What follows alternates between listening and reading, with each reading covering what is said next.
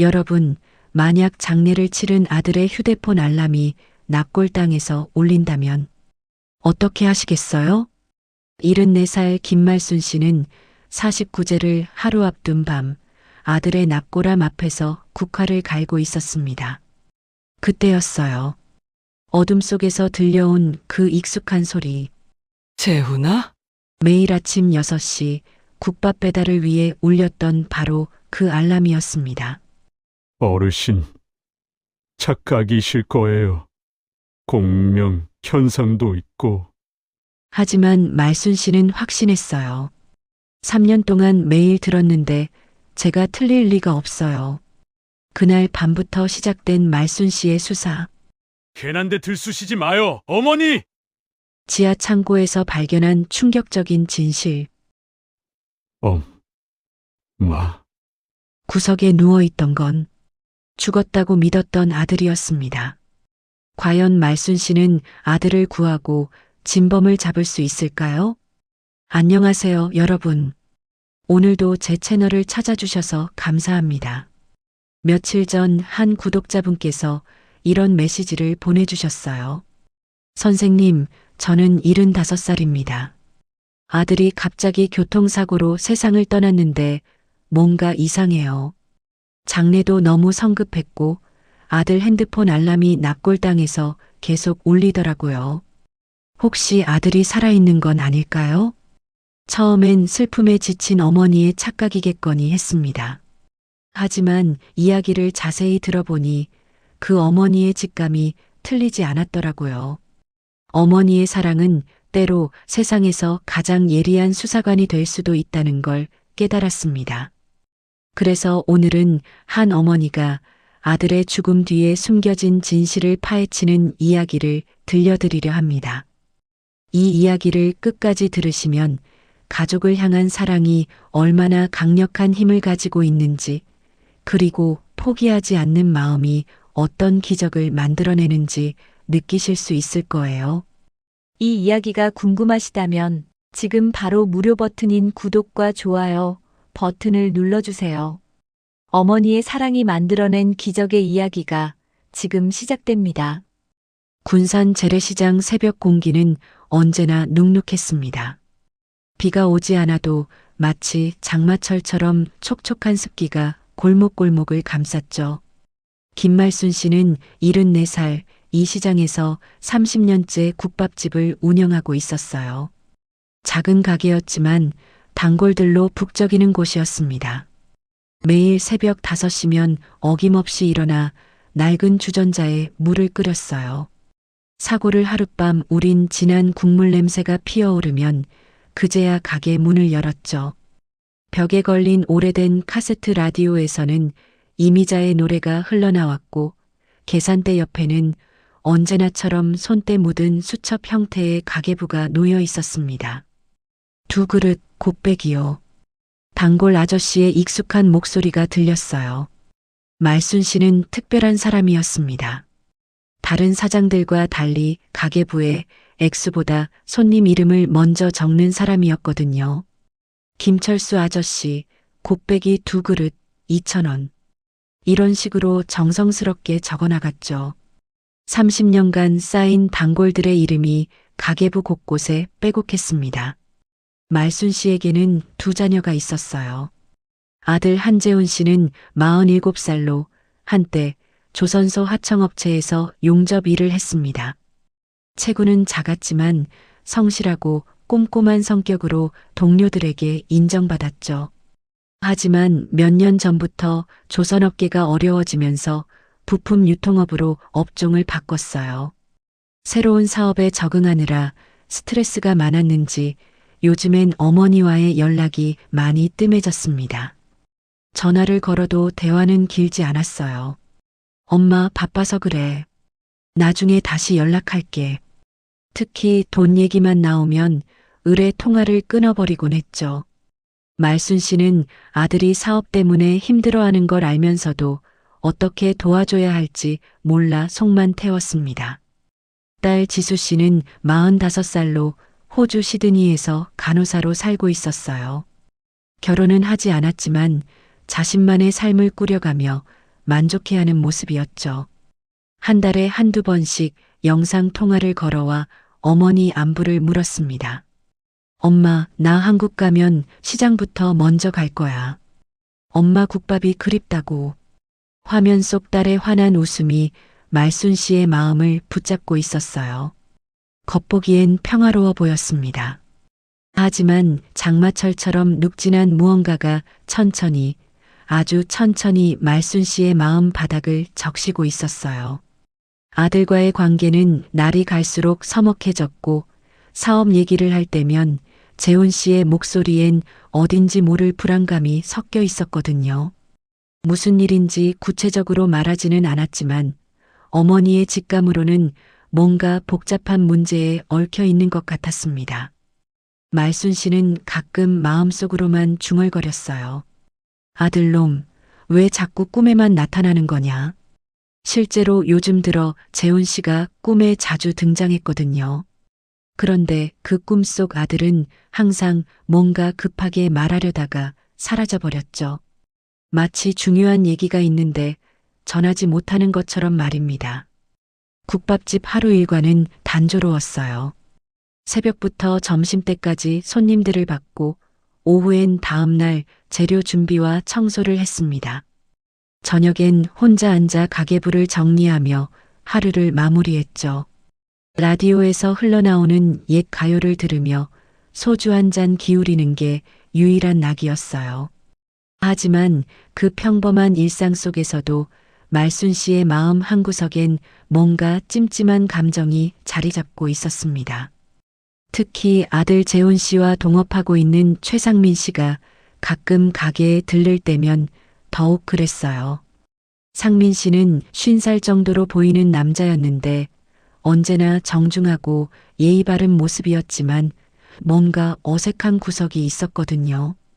웃음이 너무 완벽했달까요? 마치 연습한 것처럼 자연스럽지 않았어요. 어머님, 요즘 재훈이가 참 바쁘죠? 사업을 좀 키워보려면 사람이 달라져야 해요. 상민 씨는 항상 이런 식으로 말했습니다. 지나치게 부드러운 미소를 지으면서 말이죠. 말순 씨는 그 미소를 볼 때마다 왠지 모를 불편함을 느꼈어요. 하지만 아들의 사업 파트너인데 나쁘게 생각하면 안 되겠다 싶어 그냥 넘어갔습니다. 그런데 가끔 상민 씨가 가게를 나갈 때면 이상한 기분이 들었어요. 마치 뭔가 중요한 걸 놓치고 있는 것 같은 느낌이었죠. 아들에 대해 묻는 질문들도 너무 자세했고 재훈 씨의 일정이나 행동 패턴에 대해 유독 관심이 많았거든요.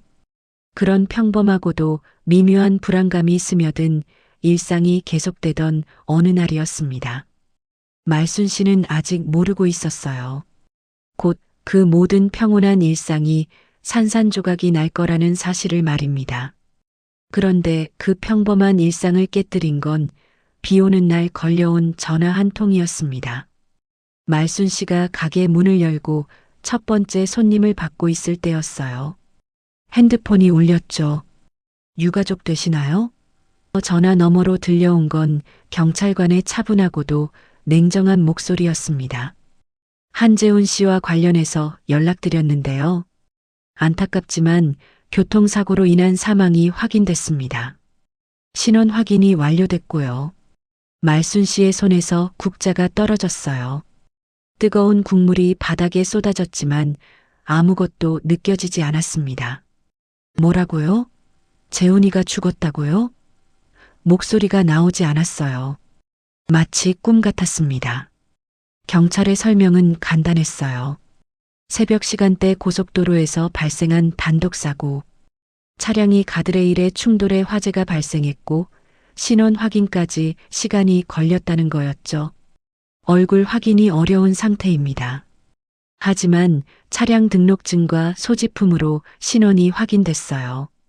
병원으로 달려갔을 때 말순 씨가 본 건 하얀 천으로 덮인 시신뿐이었습니다. 담당 의사는 조심스럽게 말했어요. 화상이 심해서 직접 확인은 어려울 것 같습니다. 가족분께서 힘들어 하실까 봐서요. 말순 씨는 그냥 고개만 끄덕였어요. 아들의 얼굴을 마지막으로 보고 싶었지만 용기가 나지 않았거든요. 장례 준비는 눈 깜짝할 사이에 진행됐습니다. 장례 지도사가 나타나서 모든 걸 처리해 준다고 했어요. 빨리 진행하는 게 마음 편하실 겁니다. 신속 화장으로 하시죠. 말순 씨는 정신이 없어서 그냥 고개만 끄덕였습니다. 이상했던 건 아들의 전 부인 윤서린 씨의 반응이었어요. 재훈 씨와는 몇 년 전에 이혼했지만 장례식에 참석했거든요. 그런데 서린 씨는 내내 창백한 얼굴로 고개만 숙이고 있었어요. 말순 씨가 말을 걸어도 제대로 대답하지 못했죠. 서린아, 괜찮니? 말순 씨가 물었을 때 서린 씨는 깜짝 놀라는 표정을 지었습니다.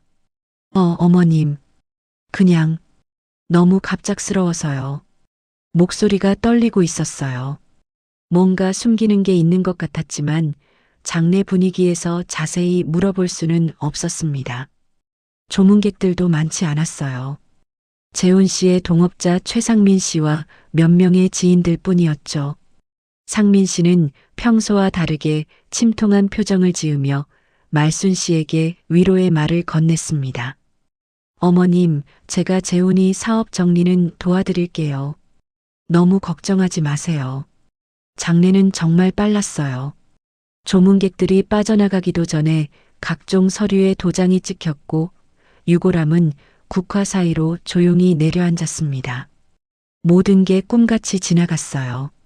말순 씨는 아직도 아들이 죽었다는 게 실감나지 않았거든요. 호주에 있던 딸 지수 씨는 급히 비행기를 타고 왔지만 장례식에는 겨우 간신히 도착했어요. 엄마, 오빠가 정말. 지수 씨도 믿을 수 없다는 표정이었습니다.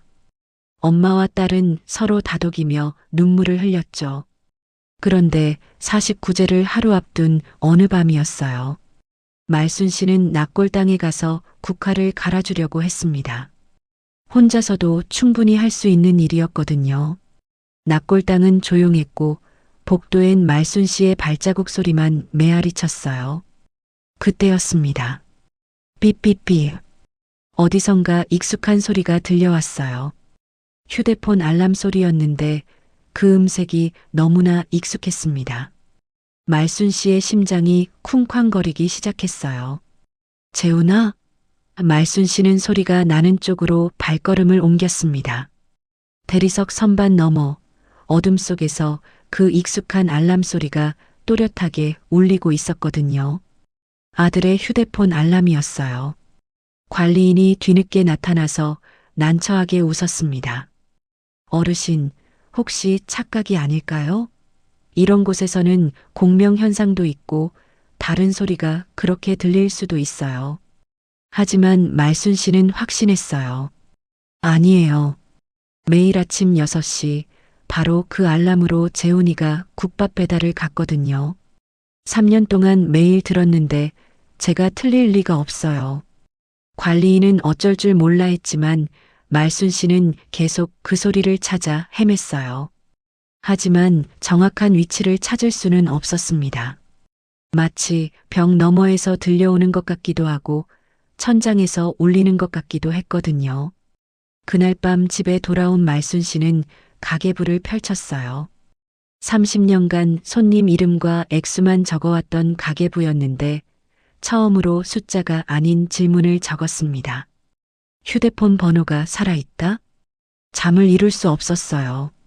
아들이 죽었는데 왜 휴대폰 알람이 울리는 걸까요? 혹시 정말 아들이 살아있는 건 아닐까?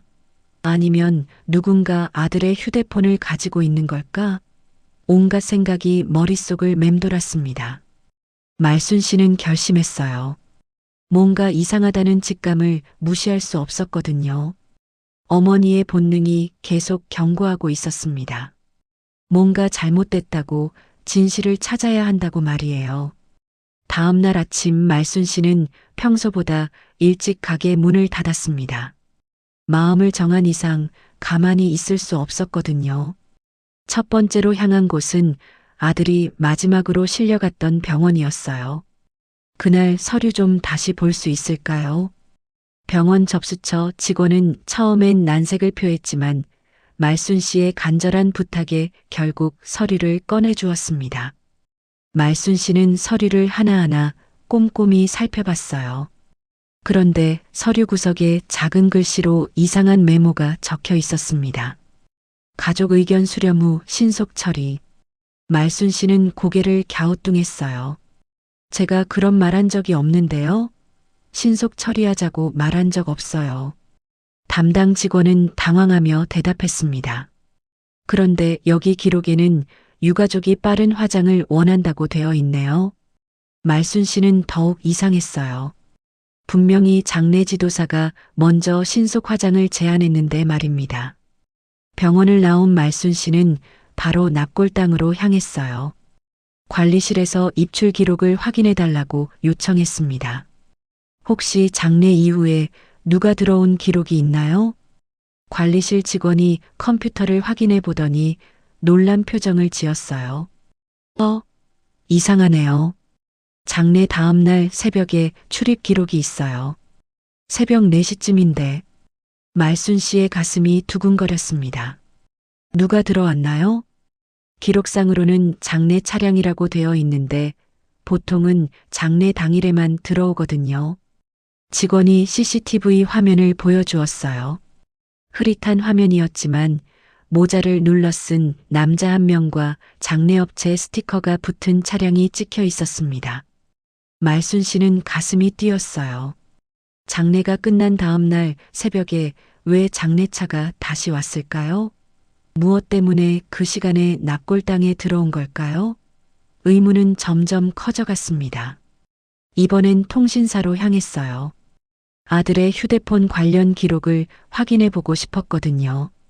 사망 전후 위치 기록만 확인할 수 있을까요? 말순 씨는 떨리는 손으로 서류를 밀었습니다. 통신사 직원이 모니터를 들여다보더니 의아한 표정을 지었어요. 이상하네요. 사망 처리가 된 이후인 새벽 4시 12분에 납골당 인근 기지국에서 이 번호가 잡혔어요. 말순 씨는 온몸에 소름이 돋았습니다. 아들이 죽었다면 휴대폰도 같이 화장됐을 텐데 왜 그 시간에 납골당에서 신호가 잡힌 걸까요? 그럼 누가 그 휴대폰을 들고 간 거죠? 집으로 돌아가는 길에 말순 씨는 계속 생각했어요. 아들의 동업자 최상민 씨가 예전에 국밥집에 들렀던 날이 떠올랐습니다. 요즘 재훈이가 바쁘죠? 사업을 좀 키워보려면 사람이 달라야 해요. 그때 상민 씨의 지나치게 유한 미소가 이제는 칼날 같다고 느껴졌어요. 그날 저녁 말순 씨는 상민 씨에게 전화를 걸었습니다. 상민 씨, 잠깐 만날 수 있을까요? 재훈이 일로 물어볼 게 있어서요.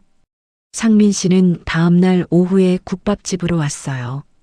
평소와 다름없이 정중한 모습이었지만 어딘지 모르게 긴장한 기색이 역력했습니다. 어머님, 무슨 일이시죠? 상민 씨, 재훈이 죽기 전에 뭔가 이상한 일 없었나요? 혹시 누구랑 다툰 일이나? 말순 씨가 조심스럽게 물어봤어요. 상민 씨는 웃음으로 벽을 쌓았습니다. 어머님, 제가 무슨... 재훈이랑 요즘 통화도 잘 안 됐는데요. 사업 때문에 각자 바빴거든요. 하지만 말순 씨는 포기하지 않았어요. 그런데 재훈이 휴대폰이 이상해요. 납골당에서 계속 알람이 울리더라고요. 상민 씨의 표정이 순간 굳어졌습니다.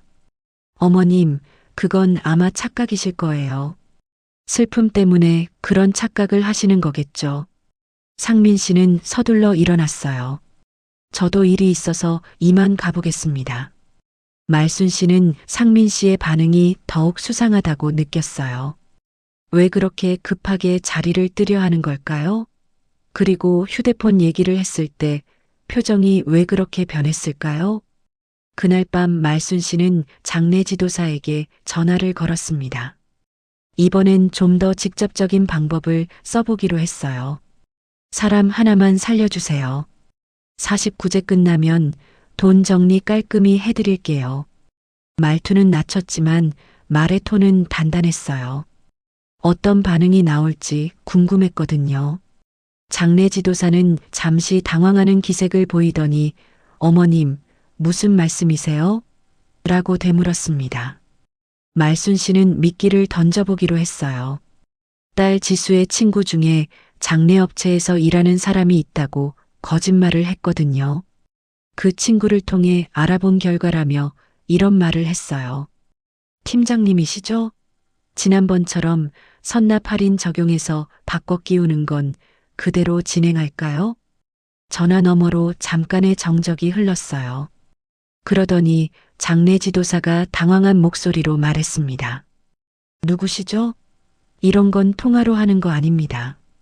뚝. 통화가 끊어졌지만 말순 씨는 그 짧은 순간의 반응을 놓치지 않았어요.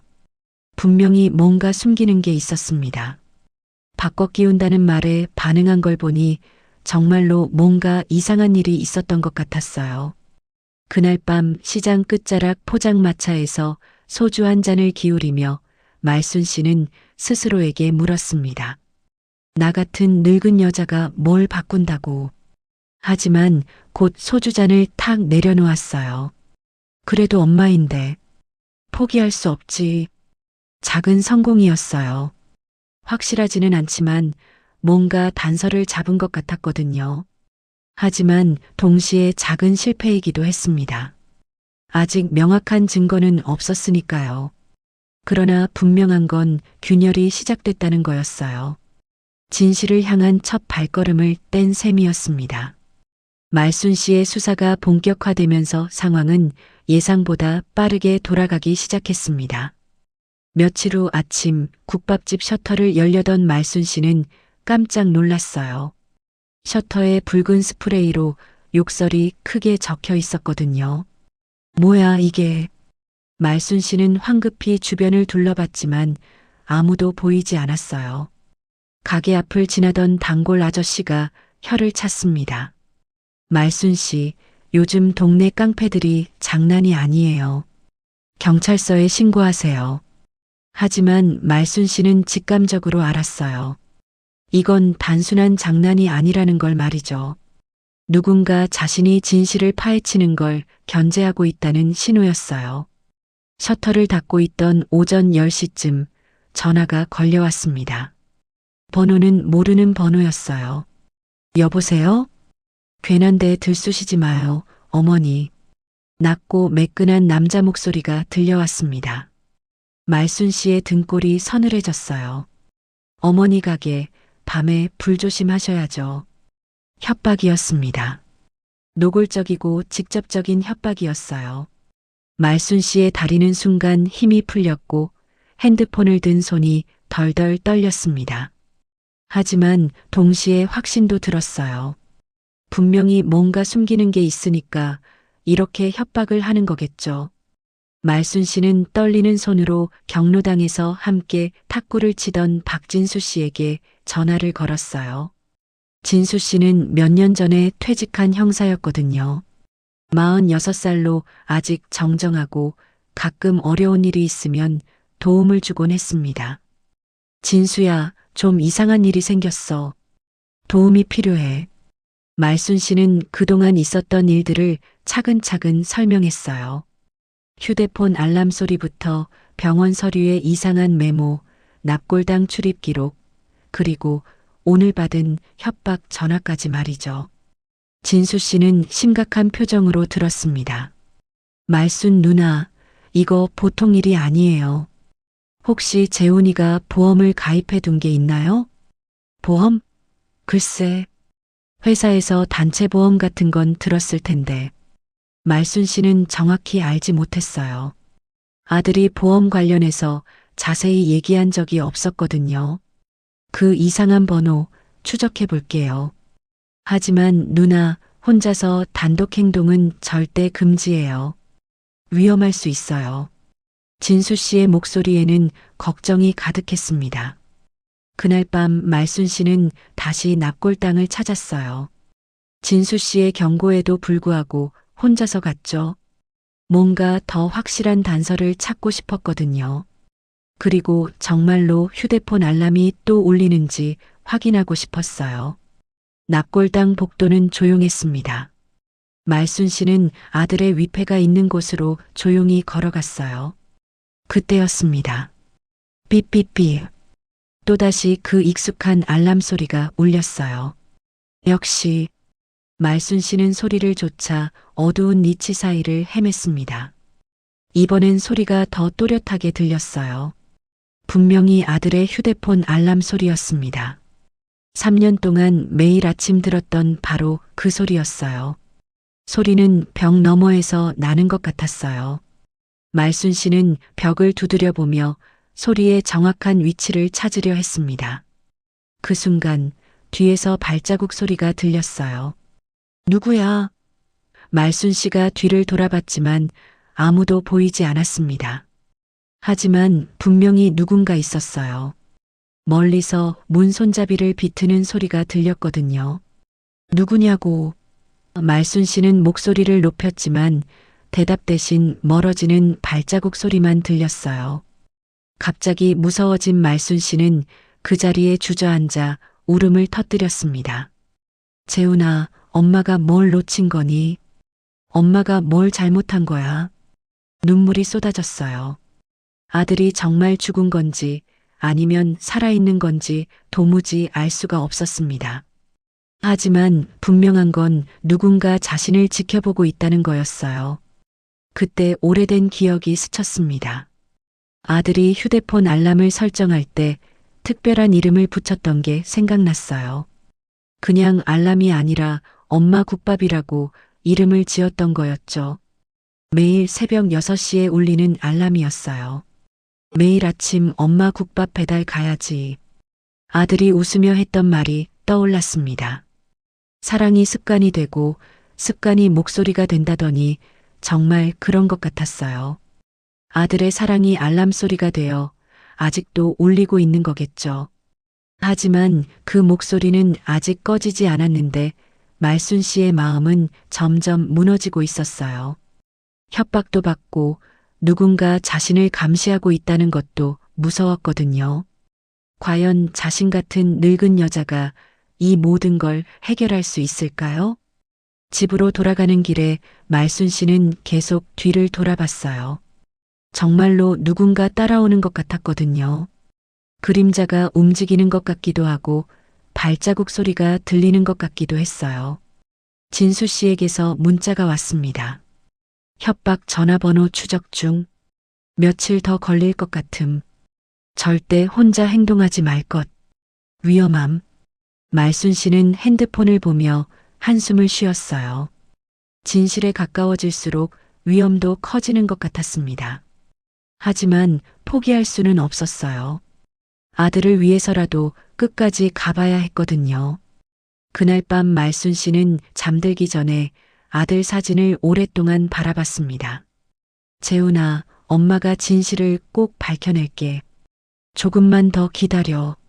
사진 속 아들은 환하게 웃고 있었어요.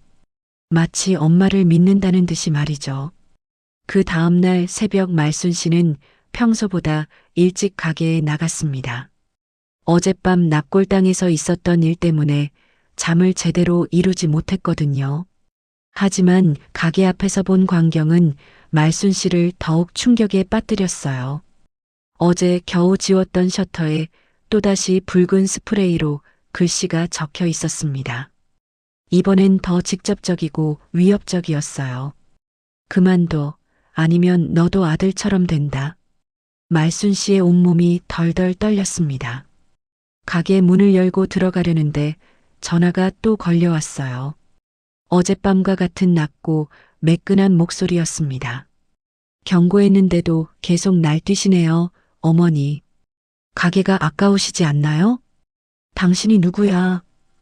말순 씨가 소리쳤지만 상대방은 웃기만 했어요. 어머니 혼자 사시죠?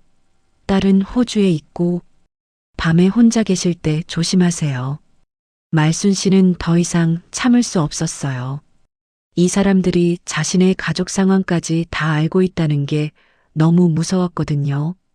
떨리는 손으로 박진수 씨에게 전화를 걸었습니다. 진수야, 큰일 났어.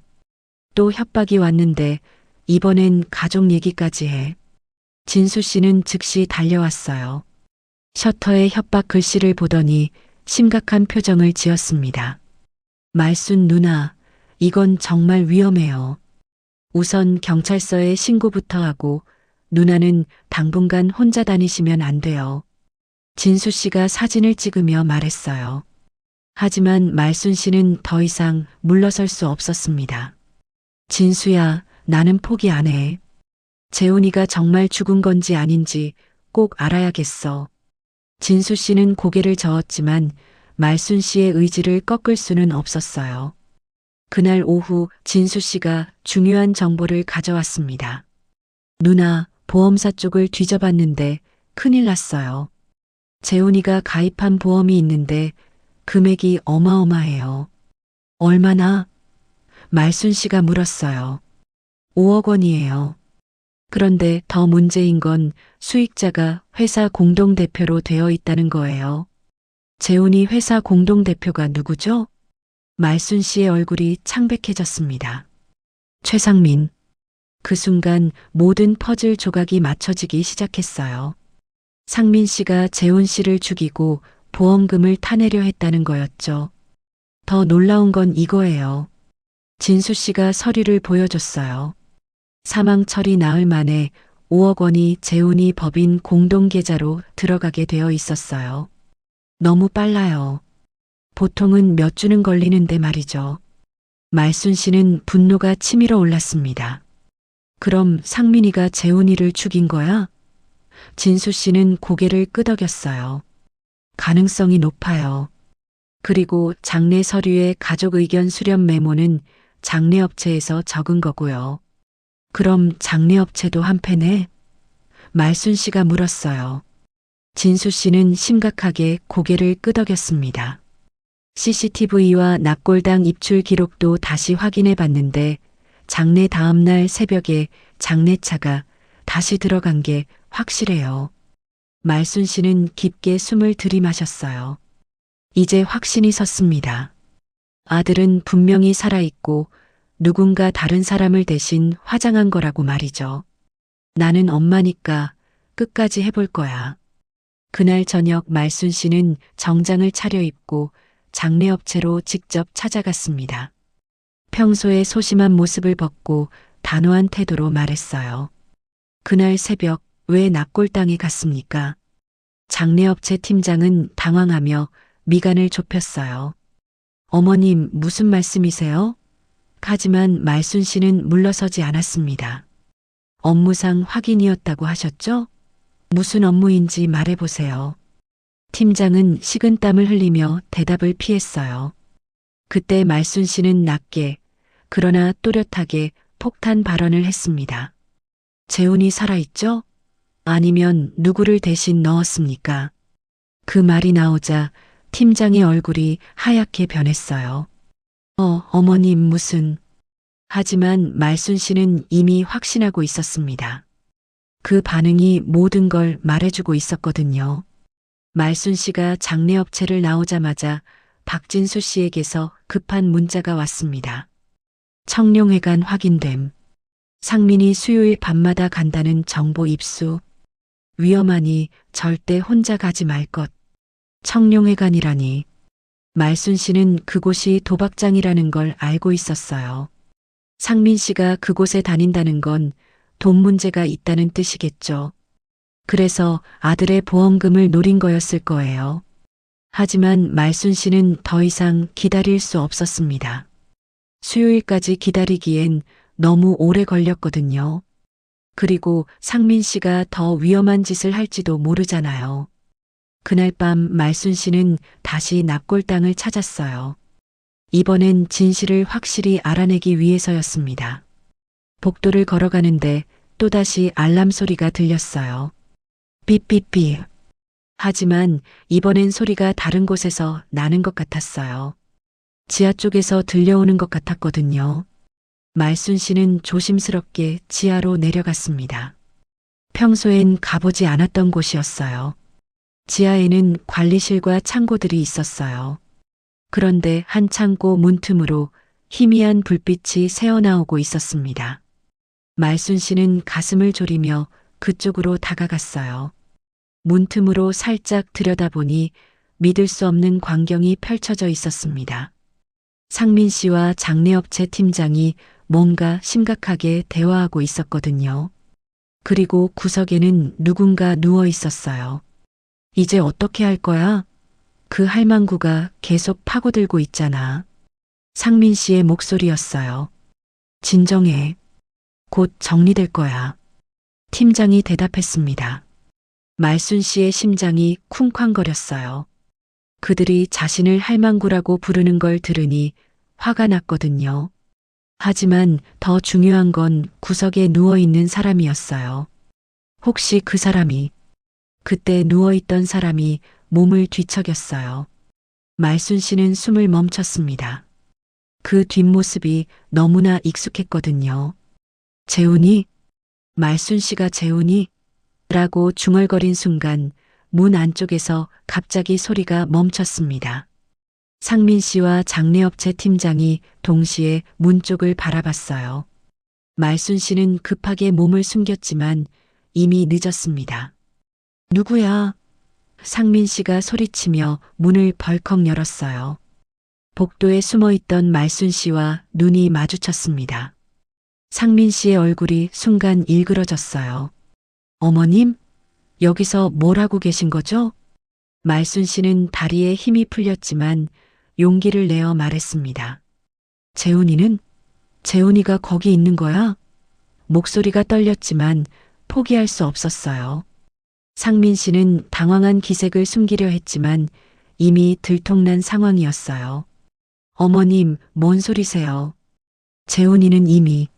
하지만 말을 끝맺지 못했습니다. 그때 창고 안에서 약한 신음소리가 들려왔어요. 엄마. 분명히 아들의 목소리였습니다. 말순 씨의 눈에서 눈물이 쏟아졌어요. 재훈아, 엄마야. 말순 씨가 창고 안으로 들어가려 하자 팀장이 막아섰습니다. 어머님, 들어가시면 안 됩니다. 하지만 말순 씨는 밀치고 들어갔어요. 구석에 누워 있는 건 정말로 아들 재훈 씨였습니다. 재훈 씨는 몰라볼 정도로 말라 있었어요. 며칠 동안 제대로 먹지 못한 것 같았고 몸 곳곳에 멍자국이 있었습니다. 재훈아, 괜찮니? 엄마가 왔어. 말순 씨가 아들을 끌어안으며 울었어요. 엄마, 미안해. 내가 죽은 줄 알았지? 재훈 씨의 목소리는 가늘고 약했습니다. 상민이가 죽이려고 했어. 지하실에서 갈색병에 든 약을 주사기로. 상민 씨가 급하게 말을 막으려 했어요. 야, 입 닥쳐. 하지만 재훈 씨는 계속 말했습니다. 나를 죽인 다음에 어디서 가져온 여자 시신을 바꿔서 태웠어. 장례 지도사랑 상민이가 다 계획한 거야. 말순 씨는 온몸이 떨렸어요. 분노와 안도감이 동시에 밀려왔거든요. 아들이 살아있다는 기쁨과 그들이 저지른 일에 대한 분노가 복잡하게 얽혔습니다. 너희들이 어떻게 이런 짓을... 말순 씨가 상민 씨를 향해 소리쳤어요. 상민 씨는 이제 더 이상 감출 게 없다는 듯 본색을 드러냈습니다. 어차피 다 끝난 일이에요.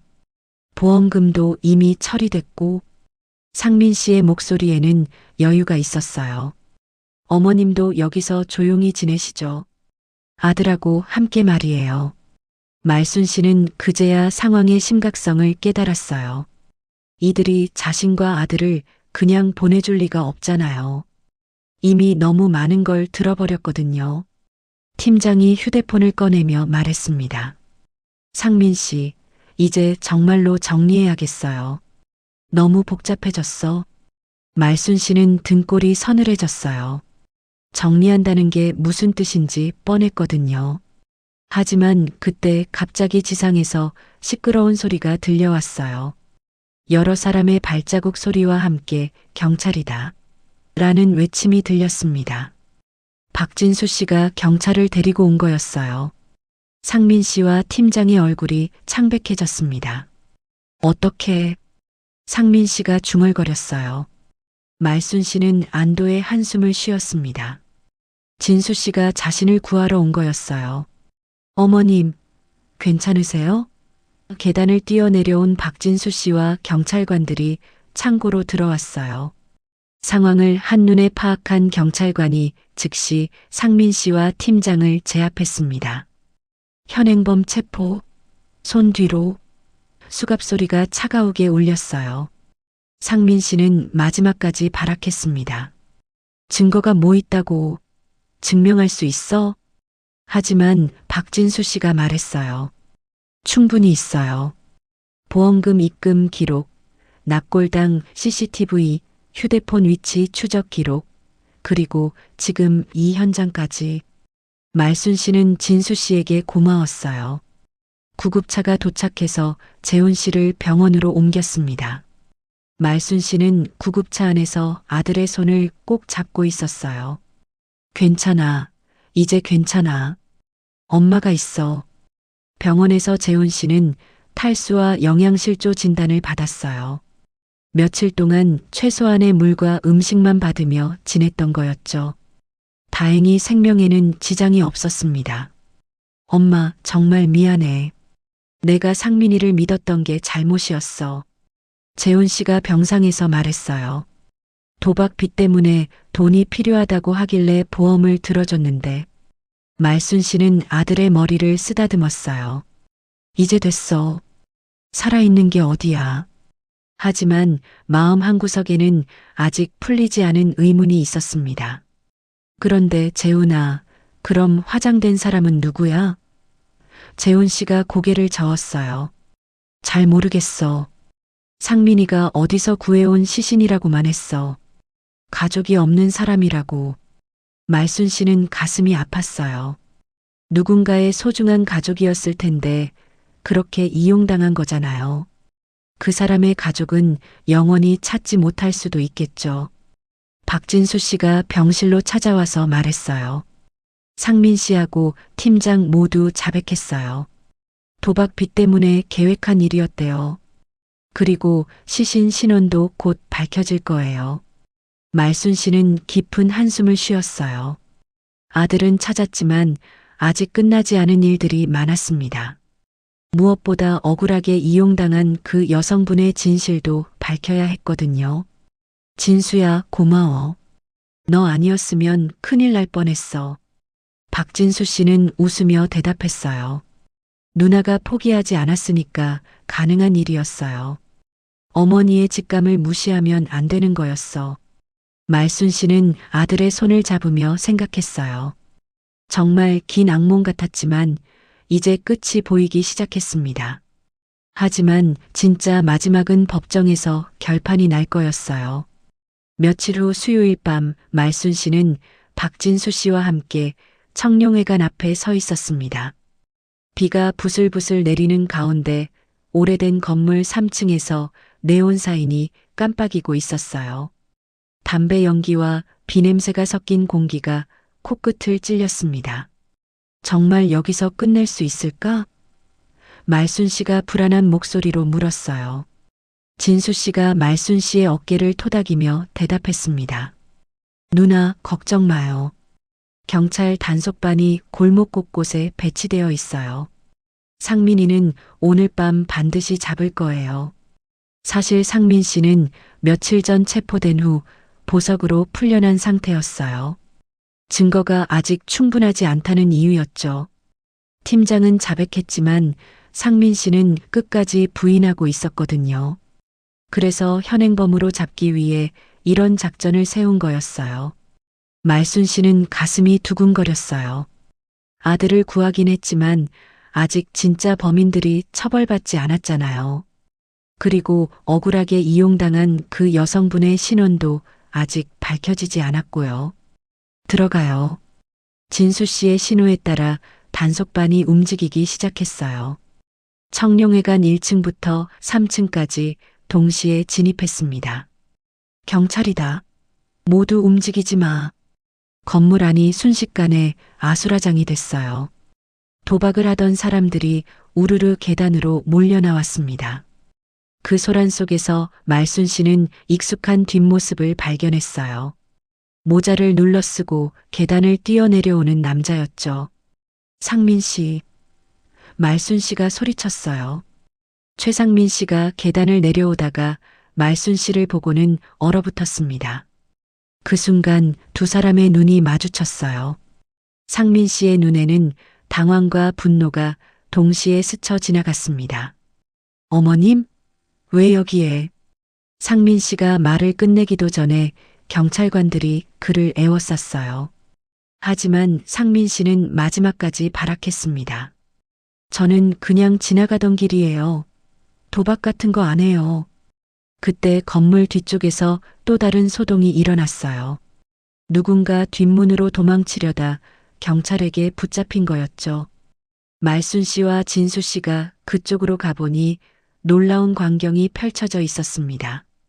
절뚝거리며 도망치던 남자가 붙잡혀 있었는데 그 사람이 바로 재훈 씨였어요. 재훈아? 말순 씨가 깜짝 놀라며 달려갔습니다. 분명히 병원에 있어야 할 아들이 왜 여기에 있는 거죠? 엄마. 재훈 씨는 뼈만 남은 얼굴로 말순 씨를 바라봤어요. 며칠 전보다 더 야위어 보였습니다. 죽이려 했어, 엄마. 정말로 죽이려 했다고. 경찰관이 재훈 씨의 수갑을 풀어줬어요. 재훈 씨는 떨리는 목소리로 그동안 있었던 일을 설명하기 시작했습니다. 지하실에서 갈색병에 든 독을 주사기로 놓으려고 했어. 천천히 말해, 재훈아. 말순 씨가 아들을 달랬어요. 재훈 씨는 숨을 고르며 계속 말했습니다. 나를 완전히 죽인 다음에 어디서 가져온 여자 시신을 내 시신인 것처럼 바꿔서 화장했어. 말순 씨는 온몸에 소름이 돋았어요. 정말로 아들을 죽이려 했다는 거잖아요. 그 여자분은 누구야? 재훈 씨가 고개를 저었어요. 잘 모르겠어. 상민이와 장례 지도사가 어디서 구해왔다고만 했어. 그때 상민 씨가 경찰에게 끌려오면서 소리쳤습니다. 헛소리 하지 마. 증거가 뭐 있다고. 하지만 박진수 씨가 차분하게 대답했어요. 자백 확보됐어요. 그리고 장례차 GPS 기록, 납골당 CCTV, 보험금 지급 서류가 전부 맞아떨어져요. 진수 씨가 서류 뭉치를 흔들며 말했어요. 결정적으로 휴대폰 위치 추적 기록도 있고요. 상민 씨의 얼굴이 하얗게 변했어요. 더 이상 변명할 거리가 없다는 걸 깨달은 거죠. 그런데 그 순간 놀라운 일이 일어났습니다. 엘리베이터가 띵 소리를 내며 문이 열렸어요. 그 안에서 장례 지도사가 허둥대며 나타났습니다. 아직 체포되지 않았던 그가 상민 씨를 구하러 온 거였어요. 상민 씨. 장례 지도사가 소리쳤지만 이미 늦었어요. 경찰들이 그도 즉시 체포했거든요. 말순 씨는 그 순간을 놓치지 않았습니다. 장례 지도사의 눈을 똑바로 바라보며 단호하게 말했어요. 그날 새벽 당신이 휴대폰을 가지고 납골당에 갔죠? 죽은 사람한테서 알람이 울릴 리가 없잖아요. 장례 지도사는 말순 씨의 날카로운 눈빛을 받고는 고개를 떨어뜨렸어요. 더 이상 숨길 수 없다는 걸 인정하는 표정이었죠. 돈이 필요했어요. 장례 지도사가 작은 목소리로 중얼거렸어요. 상민 씨가 큰 돈을 준다고 해서 결국 모든 진실이 드러나는 순간이었어요. 수갑 소리가 차가운 빗속에서 잔인하게 또렷하게 울렸습니다. 상민 씨와 장례 지도사 모두 체포됐어요. 말순 씨는 안도의 한숨을 내쉬었습니다. 이제 끝이야, 재훈아. 말순 씨가 아들을 꼭 껴안으며 말했어요. 재훈 씨도 눈물을 흘리며 대답했습니다. 엄마, 정말 고마워. 엄마가 아니었으면. 박진수 씨가 다가와서 말했어요. 누나, 정말 대단해요. 어머니의 직감과 포기하지 않는 마음이 이 모든 걸 해결한 거예요. 비가 그치기 시작했어요. 먹구름 사이로 달빛이 스며들었습니다. 말순 씨는 하늘을 올려다보며 생각했어요. 정말 긴 악몽이 끝난 것 같았습니다. 하지만 아직 한 가지 더 해결해야 할 일이 남아 있었어요. 억울하게 이용당한 그 여성분의 신원을 밝히고 가족에게 돌려드려야 했거든요. 말순 씨의 마음에는 그분에 대한 미안함이 가득했습니다. 몇 달이 흘렀습니다. 재판은 예상보다 길어졌지만 결과는 명확했어요. 최상민 씨는 살인미수와 보험사기, 시신 훼손 등의 혐의로 무기징역을 선고받았습니다. 장례지도사는 공범으로 징역 15년을 받았죠. 보험금은 모두 환수되어 피해자 유족에게 일부 배상됐어요. 무엇보다 중요했던 건 억울하게 이용당한 여성분의 신원이 밝혀진 일이었습니다. 그분의 이름은 박은정 씨, 34살이었어요. 가족과 연락이 끊어진 상태에서 홀로 지내다 세상을 떠났던 분이었죠. 말순 씨는 은정 씨의 유골을 제대로 된 곳에 모셔드리고 싶었어요. 납골당에 작은 추모 공간을 만들었습니다. 은정 씨, 이름을 불러주는 사람이 없으셨죠? 이제 있어요. 제가 가끔 와서 안부 물어볼게요. 하얀 국화 향기가 은근하게 번져나갔어요. 말순 씨는 은정 씨 앞에서 깊게 인사를 드렸습니다. 비록 만난 적은 없지만 그분 덕분에 아들을 찾을 수 있었다는 생각이 들었거든요. 재훈 씨는 보호관찰과 함께 트라우마 치료를 받고 있었어요. 밤이면 여전히 악몽에서 깜짝깜짝 놀라곤 했지만 낮에는 어머니의 국밥집에서 설거지를 도우며 조금씩 일상을 되찾아가고 있었습니다. 엄마, 휴대폰 알람 지워도 될까? 어느 날 재훈 씨가 조심스럽게 물어봤어요. 그동안 트라우마 때문에 휴대폰 소리만 들어도 깜짝 놀라곤 했거든요. 말순 씨는 고개를 저었습니다. 아니야, 재훈아. 그 알람은 지우면 안 돼. 재훈 씨가 의아한 표정을 지었어요. 왜요, 엄마? 그 알람은 엄마에게 살아있으라는 소리 같았어. 죽었다고 생각했던 내가 살아있다는 걸 알려준 소리였잖아. 말순 씨가 아들의 손을 잡으며 말했어요. 대신 시간만 바꾸자. 아침 6시에서 봄 저녁 5시로. 재훈 씨는 어머니의 말을 이해했어요. 그 알람 소리가 없었다면 어머니가 의심을 하지 않았을 거고 자신은 영원히 발견되지 못했을지도 모르잖아요.